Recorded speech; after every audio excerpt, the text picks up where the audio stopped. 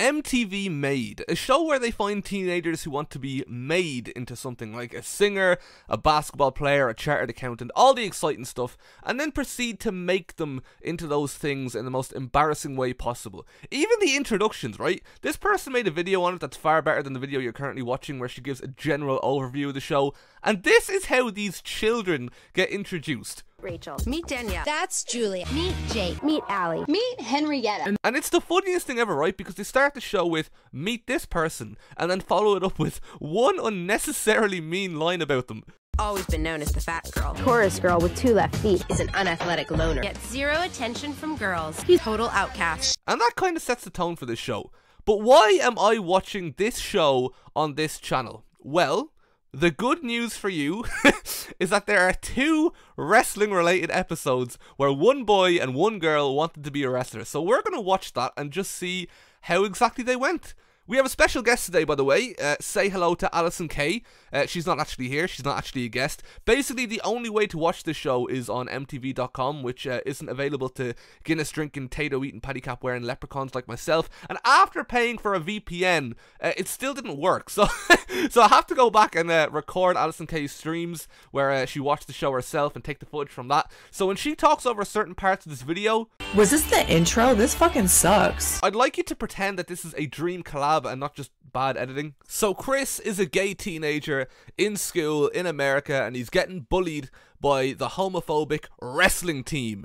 And in order to impress the wrestling team, he's decided that he wants to become a pro wrestler himself, even though pro wrestling is completely different to the wrestling that they're doing, but that's besides the point. His friends are more supportive than you could ever imagine. Gonna get snapped like a twig. I don't really think Chris is very athletic, but he likes watching sports. I forgot to mention that this is basically TNA Impact propaganda. The whole show has TNA Impact product placement everywhere, and in case you didn't notice it on first glance, they really badly photoshopped TNA Impact onto his TV for some reason, but you'll see more of this as the show goes on. Frankly, I'm not the biggest fan of sweat. What the fuck? I'm not the biggest fan of sweat. His brother is literally just an evil version of him. To be completely honest, to begin with, I didn't really like gay people at all. It just kind of weirds me out. How can you be homophobic when this is your intro? That's Andrew. He used to be a wrestler, and he loves showing me his moves. Right there. And now it's time for the show to really begin, as we're introduced to his coaches. Chris Hendricks. You want to be made into a professional wrestler? Well, you better be in the cafeteria Right now. You know a TV show is going to be really good when it opens up with Alex Shelley assaulting a child in his own school? He then tells Chris that he has to hang out with his homophobic bullies, and his justification for this is... We know this is going to be a hard thing for you to do, but we all have to do hard things sometimes. This is gonna happen to you every time you try this wrestling? Oh, I got more if you want to see. Fucking hell, that is a career ender. He heroically makes his way back to training, and this is where I think TNA made a bit of a mistake. They're on TV, they're getting this exposure, and they've given us no real indication as to which company Alex Shelley even works for. I feel like they probably could have made it a little bit more clear. Then he gets into the ring with Scott D'Amore for a nice relaxing training session. You're going to run this way. I'm going to run this way. If I catch you, I'm going to spear you. A few moments later. Oh my gosh. Then he gets a personal trainer to make him big and jacked. Her first move, start force-feeding me protein shakes to bulk me up. Okay, that was like 5 fucking servings of protein. And then he's given a ticket, and this is one of my favourite parts of the show, because obviously he would already be aware that he's getting this ticket. Producers would have let him know, but they told him to act shocked anyway for the sake of, you know, the drama and the fact that it's a TV show. And this is some amazing acting. Orlando! But I get really jealous of this next bit. He gets to go and watch TNA Impact in its fucking prime, live in person. I would actually have killed for this. They even have the mom decked out in merch. They then make Chris wash their gear for them, because God forbid 2 grown men wash their own gear. It's covered in elbow sweat, knee sweat, and ball sweat. Oh, you want to be a wrestler? That's cool. Wash my balls. But now it's time for him to show up back in TNA, this time for his training. We're going to be pretty busy, so again, you're not going to be able to train with us. I think the first person you're going to train with is Samoa Joe. Joe, this is Chris. And that was the last time we ever saw Chris. Ah no, Samoa Joe is very nice, and training went very well. We're going to get Senshi in here. And that was the last time we ever saw Chris.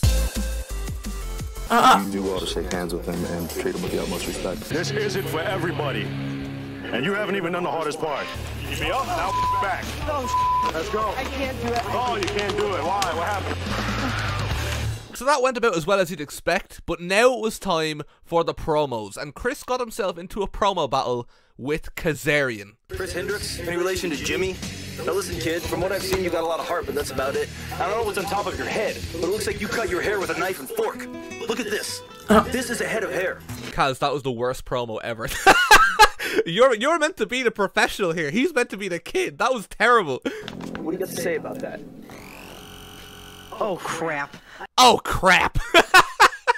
I love how each portion of this just looks like he is further getting bullied when that's what he's trying to get away from. Well, Allison, you'd be delighted to know that it gets even worse as he is asked to hang out with the homophobic wrestling team for a second time. To be fair, I really respect how Chris handled this. So, like, how long have you been wrestling? Zach, there you go. Okay, I'd officially talked to a wrestler. Now I could tell the girls about my Orlando trip. And that was it. That was literally his entire conversation. Then he goes back to training and they teach him what a chop is. This is a chop. Then the Motor City Machine Guns talked to his friends in private and asked them if he talked to wrestlers or not. We showed him who he could sit with. And Chris talked to him? He, I think, talked more with the girls. He didn't do it himself, and then he talked to girls more than he talked to this cat who actually wrestled. Yeah. I'm not upset, I'm just disappointed. First of all, fucking snitches. Yeah, Kian, it sure did sound like they just snitched on him. Secondly, if Chris Sabin ever told me he was disappointed in me, I would slam my head into a fridge. If you really want to change how they look at you, then the best thing to do is actually interact with them. This weekend, you have to organize some sort of social gathering between all these choir kids and the wrestling team. So he was asked to hang out with his homophobic bullies, not once, but twice, and then told to have a gaff and invite those people to said gaff. But to be fair, the gaff went alright. And then it was time for his match. Unfortunately, it wasn't very good and nobody enjoyed it. The end. This episode features Deanna, who on a complete whim decided to become a professional wrestler because it'll make her independent or something like that. And her mom doesn't really like it. It's very violent. It's not a decent thing to do. Growing up, I never played any sports. My mother wouldn't allow me to do it. I wondered why her ma didn't let her play sport, and I thought that was a really weird thing to do. And then I remembered when I used to play football as a kid, and I just, maybe in some cases it's acceptable to ban your child from playing certain sports. Are you Deanna? Yes. Are you gonna invite Ian? Oh my gosh. Do you know who I am? Oh my goodness. Why would you say that? Why would you say that? Just lie. Just lie. Pretend. Oh my god. Why the fuck? Do you know who I am? I would know. I would never ask someone that because I would be afraid of that answer. It's like that fucking Ronnie Pickering video. Do you know who I am? Do I care? Well, you won't know when you pull up. Come on, who are you then? Ronnie Pickering. Who? Ronnie Pickering. Who? Ronnie Pickering! Who the fuck's that? Yeah, me. Ready to get beaten up? She seems really confident. I don't think she's questioning her commitment at all. I'm Tara or Lisa. Nice to meet you. What a weird way to introduce yourself to a non-wrestling fan, by the way. Tara or Lisa? She's probably thinking, like, what the fuck do you mean Tara or Lisa? It'd be really funny if she had, like, a proper gimmicky name as well. So it's like, hi, I'm Lisa, or Husky Harris. She then goes on and starts training and then watches a live event where Angelina Love comes up and squares up to her. Did I just tell that woman I would get in the ring with her? That woman. I love how she's basically aspiring for these people to be her colleagues and doesn't know who any of them are. This is the deal. I think you've been doing really well with your training, and I got a surprise for you. You're going to have a tryout match in front of TNA representatives. A TNA tryout after like 2 training sessions when you don't know who any of the wrestlers are. I think that's a really good idea. By the way, last night was Impact Wrestling on Thursday. Did you watch it? I only watch it at the gym. They have it on the gym screen. You should be embarrassed. Oh my god, just pretend. What? Why is she so determined to make this as awkward as possible? And to be fair, she's not even like in the wrong here. Like post Hogan TNA was pretty bad for a while, so I'm not going to blame her, but Jesus Christ, just pretend. Although to be fair, she does try to actually watch Impact from that era alongside her family, and it doesn't really go too well. Tara, like this. Why not? It's not a real sport. What do you mean? It is a sport. It's just, I don't like it. What's wrong with it? It's so degrading. If I had a daughter, I would never let her watch it. No dignity at all. What I saw, in my opinion, was trash. Half their body out, throwing their tails in the air, acting like a bunch of savages. She's acting like it's like fucking oil wrestling or like jello wrestling. She then goes back and does more training. I'm not really sure if I'm ready or not. Girl, you ain't. I just saw that fucking hip toss. Is she ready? Not 100%, but I think she'll do well. God, I hope so. I really do. That's precisely what somebody would say if they knew full well that she wasn't going to do well but didn't want to actually say it. Even though I haven't been training that long, I'm just going to give it all. I have that aggression, I have that spunk. Could Americans please stop saying spunk like this? I don't know what you mean when you say it, but I'm asking you nicely to just please stop saying it. She then meets Robbie E and Robbie T, who are dressed as your Facebook 2011 profile picture, and then it's time for her tryout. Show me how to take a back bump, please.